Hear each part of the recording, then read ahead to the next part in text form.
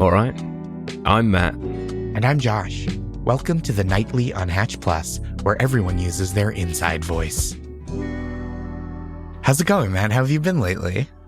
I've been very well, thank you, Josh. Yeah, not too bad. Had a pretty lazy week, to be honest. I made a conscious decision to not be on the road for a few days, so I thought, nice couple of days at home, probably put my feet up, chill out. So obviously ended up clearing out the attic. Oh, excellent. And going to the tip and charity shops and all that. So it wasn't as relaxing as I'd hoped it'd be, but it was productive. Yeah. How are you? I'm doing all right, thank you. I had kind of the opposite week where I had a little quick trip out of town. My wife came with me to Philadelphia for some gigs, and it was really nice. We got to see some friends, and it was like nice to have company for the little hour and a half, 2-hour drive. And now I'm back at home, just settling back in. It's been really nice. It is nice having some company sometimes, isn't it, on the road? I'd kind of forgotten about that because generally speaking, my girlfriend could not care less about stand-up comedy as an art form. And it is an art form. She just doesn't care anymore. But the odd occasion where she does turn up, it's quite nice having someone else there. It was really nice. We did some listening to some music. We're going to see the band Rilo Kiley on her birthday. So we did like a Rilo Kiley listen on the way out to Philadelphia. And then on the way back home to New York, we listened to Belle and Sebastian is doing 2 dates at a venue we really like in New York next year. And it's one of those tours where they're doing like one entire album one night, a different entire album the other night. And we listened to both albums to get a feel of like which night we'd rather go. So that was fun. Nice. Where did the consensus land on that one? I have to admit, I don't know a great deal about Belle and Sebastian. I know The Boy with the Arab Strap. That is about the extent of it. Yes. So this was, gosh, let me think. They're doing Tiger Milk one night, and If You're Feeling Sinister the other night. And we both came into it thinking we were going to be If You're Feeling Sinister people. And one of my favorite Belle and Sebastian songs, Get Me Away From Here, I'm Dying, is on that record. And it's very good. But we both kind of came out of it going like, oh, maybe it's going to be Tiger Milk. Maybe that's the night we get tickets for.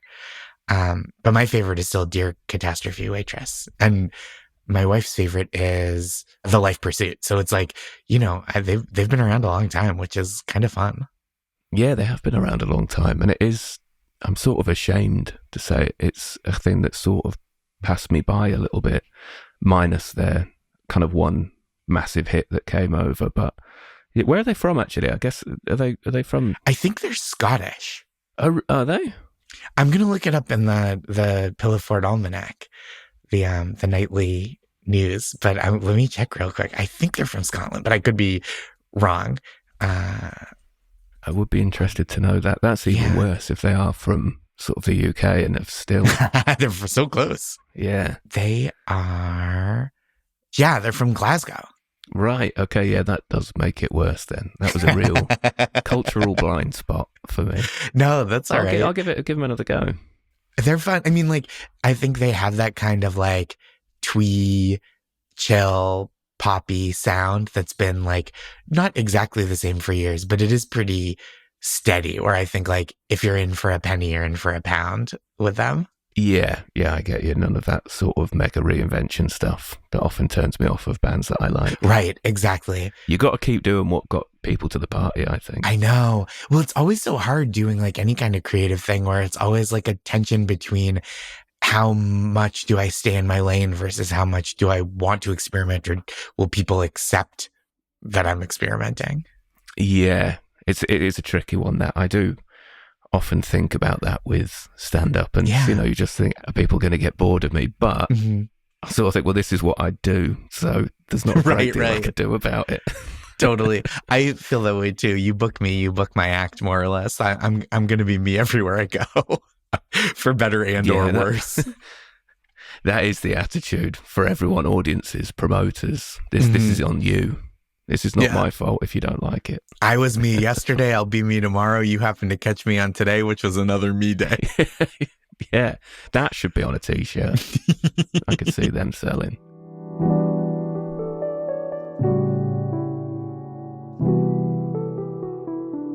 I feel like we've been getting into it already, but it's been a while since we've done an airing of grievances. And I think we're already kind of getting into it. So I was wondering, Matt, if you had anything specific that you would like to complain about. I think it's a beautiful occasion to take a little safe space in the pillow fort for some complaining. Yeah, do you know what, Josh? I'm always up for that. So We might as well make it official because I've been doing it anyway. So I wanted to bring to the table something that it's been annoying me mostly just today, so it's fresh in my mind. please. And I don't know why. It feels like I shouldn't get annoyed about it. But you know when people use certain words or phrases incorrectly? Sure. So the one that really got me going today, because it happened 3 or 4 times, different scenarios, where someone said generally when they meant to say genuinely. Whoa. Have you noticed people doing that? It seems to be more and more common. I have not heard this, but I do think it would make me a little itchy to hear that. I would be like, "Arr." I can't remember what we were talking about. It must have been a film or a show or something. And somebody said, you know what? I generally really enjoyed it. And you're kind of waiting for the other shoe to drop, right? Like specifically, what are you talking about though? Generally, yeah, I enjoyed it, but and what? Right. There is never a follow-up. Oh, I don't love that. That is really stressful. I'm trying to think if I have ones like that too, because every once in a while something will pop up and I'll just go, no, I know language is a changing and living and breathing and evolving entity, but not like this. Yeah, not like this. And it's not just confined to those 2 words either. There's like of and have, for example. That gets to me. You could have warned me. Yes. You could have warned me. That's a sentence. You could have warned me. Not a sentence. Right. And if you're saying could have, it's COULD apostrophe VE, not could of. Exactly. Yeah. Exactly. I'm with you.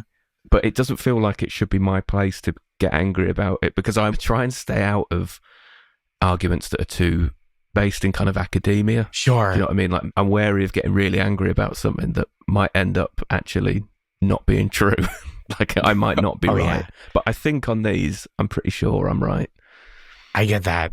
That is really tough. I get so just low grade frustrated when there's just like little stuff that becomes either common usage or popular wisdom that is wrong. Like the one that got me recently was, and it's grammar, I guess is what I'm thinking of it, that like people keep saying that online, I don't know if you've seen this, people go, I can tell that a piece of writing is generated by like a large language model, ChatGPT, when they use an M dash, those like long hyphens to kind of separate out clauses. And that's just like not shown to be accurate. It's just like a thing people like, it's like meme logic. And so I always get, I'm like, no, that's how people write. And all this other, these programs are just copying people. Yeah, because if that's how people write, then that's how ChatGPT will write, because that's where it's learning it from, isn't it? Exactly, yeah. Brian Phillips for The Ringer wrote a very beautiful ode to the M dash as like a wonderfully, beautifully human piece of punctuation, which is very fun to read. An M dash, it's just like a long dash, is it, in between? Yeah. That's what it looks like. Right, okay, yeah. I could see how it could be mistaken for ChatGPT because it feels, I don't know what the word I'm looking for is, lazy, maybe? Like, could it have been a semicolon? Right. I know what you mean, where it kind of feels like the look of it is like, and another thing. Yeah. It feels like it should be more thought out. But again, I've absolutely no sort of authority on this whatsoever. I was actually proved wrong with a grammar thing not that long ago. Oh, yeah? What was it? Another phrase. A phrase that I thought people were spelling wrong. You know, if you say, bear with me. Yeah. I thought that must be B-A-R-E, as in bear with me. Mm-hmm. Because bear, as in bear, like grizzly bear with me, sounds insane. Yeah. But it's B-E-A-R. Right. Like to bear down or... Yeah. But that is, gosh, a friend of mine said that someone recently told her that they just learned Stevie Nicks is a woman. And this person was like, you learn something new every day. And I was like, you got to double up, man, because you're way behind. Oh my, yeah. You have not been learning enough things most days. Yeah. Did they not think that must be some sort of falsetto voice coming from a guy? And dude, it's going to knock you on your butt when you find out Lindsey Buckingham's gender. Who's Lindsey Buckingham? The male member of Fleetwood Mac. So he's a man named Lindsay and she's a woman named Stevie. Excellent. What a confusing band. Again, seemingly something that passed me by slightly, other than the chain. They've all been married to each other. I'm with you, though. I feel like there's only so hard you can go on like little picky grammar things. Because for one thing, it's like, you're not saving anybody's life, by getting really up in arms about grammar. And for another thing, like, I'm wrong a solid 25% of the time. Oh, yeah. Yeah, I think you do just sort of have to let go, don't you? It has no impact on my life. I remember coming out of school, there was a friend of mine who, instead of saying like TH as th, he'd sort of say it as an F sound. Sure. You know, like, I don't know, what's an example? What's a TH word? Like thoroughbred? Yeah, so that'll be thoroughbred. Interesting. Yeah. And I actually said to him once, because he wanted to get into sort of radio things, and I said, you've got to say TH. It's like, it's jarring when you hear it. You need to change that. And then within a week, he just went back to saying F. And I was like, yeah, do you know what? Fine. You do you. Oh, that's funny. Yeah, that is nothing to do with me. That's so funny too. Like when someone comes back from studying overseas and they're saying ciao, and you're like, look, that's just, I know what you're doing, and you gotta ease back on the throttle a little bit. I know you're in Italy for 10 weeks, but you gotta cool out. I'm not going to ask you about it. Cool off. Yep. Just say what you're gonna say. To stop hinting. It was somebody had brought their daughter along to a gig, and she must have been like early 20s, and she'd moved over to Australia, and she'd been there for about 2 years, and she'd come back to visit the family, and she came to this show. And she was like, oh, yeah, been over in Australia for a couple of years.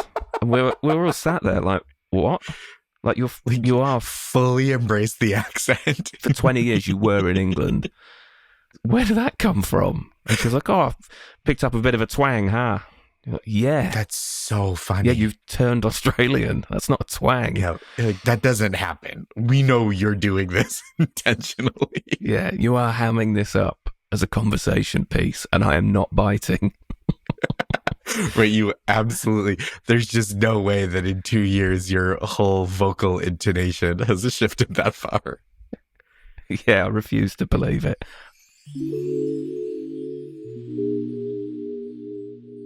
I feel like I've got that off my chest. And I'm glad that we could hash it out a little bit. Yeah, I feel better for it. And I think it's only fair. You give me one of yours, Josh. What's been getting to you over the past couple of days? Yeah, I've been a little complaining lately. So I've been working with friends out in the world. I've been like having to meet a friend at a, little workspace to get some writing done recently.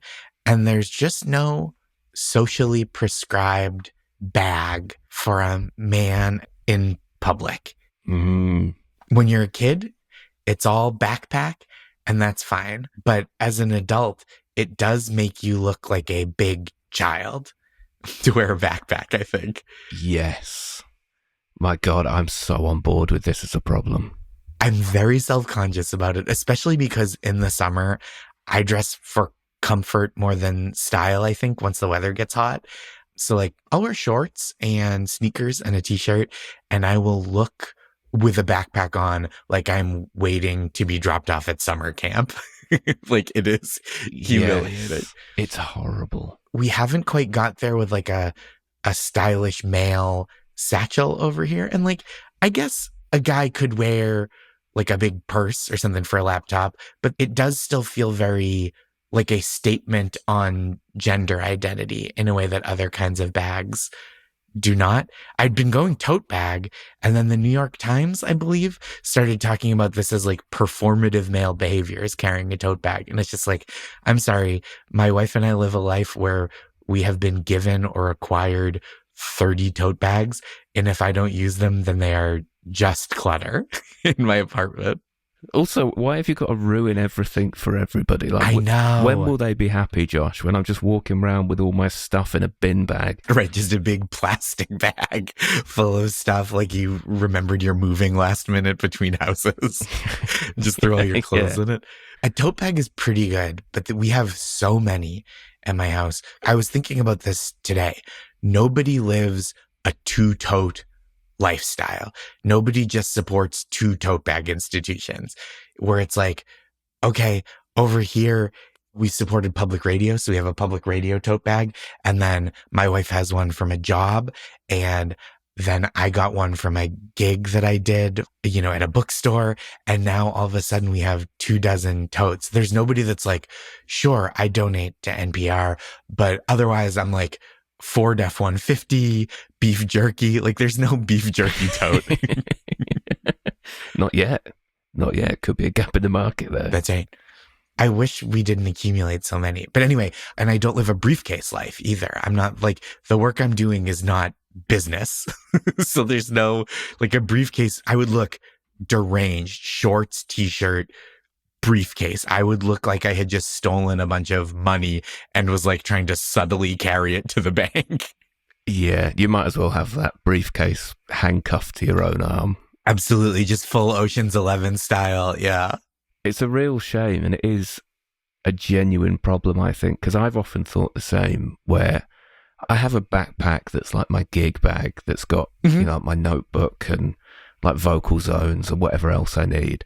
But it doesn't feel great because, like you said, I put that on, and once I park my car and I'm walking to the gig, I do look like a lost kid. You can almost see people driving past being like, how many buses has this guy missed? Like, I want to shove him in a locker. Yeah. Yeah. It's just, and I've thought sometimes as well, a handbag would be so helpful because I don't know about you. When you put your phone in your jeans, if you sit down, you end up with like a little outline on the jean. For sure.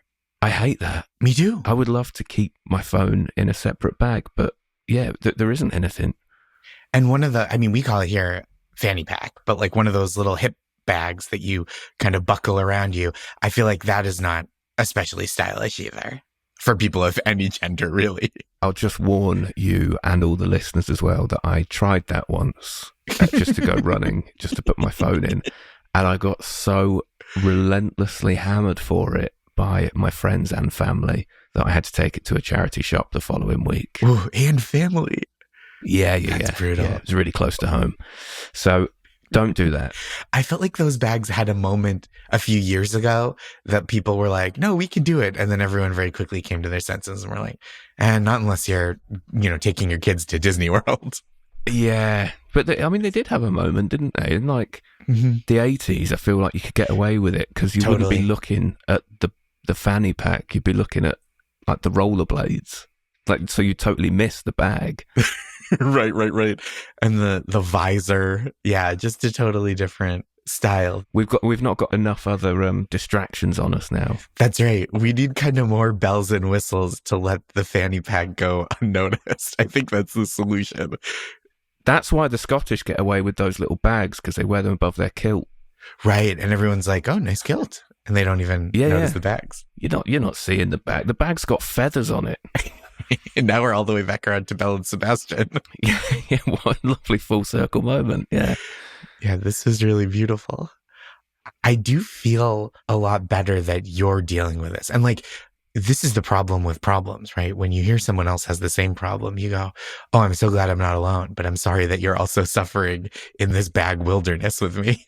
Yes, it is nice to know that you're not the only one. And I do think, one day I can see a world where there is a socially accepted, stylish bag that we can use on a day-to-day basis.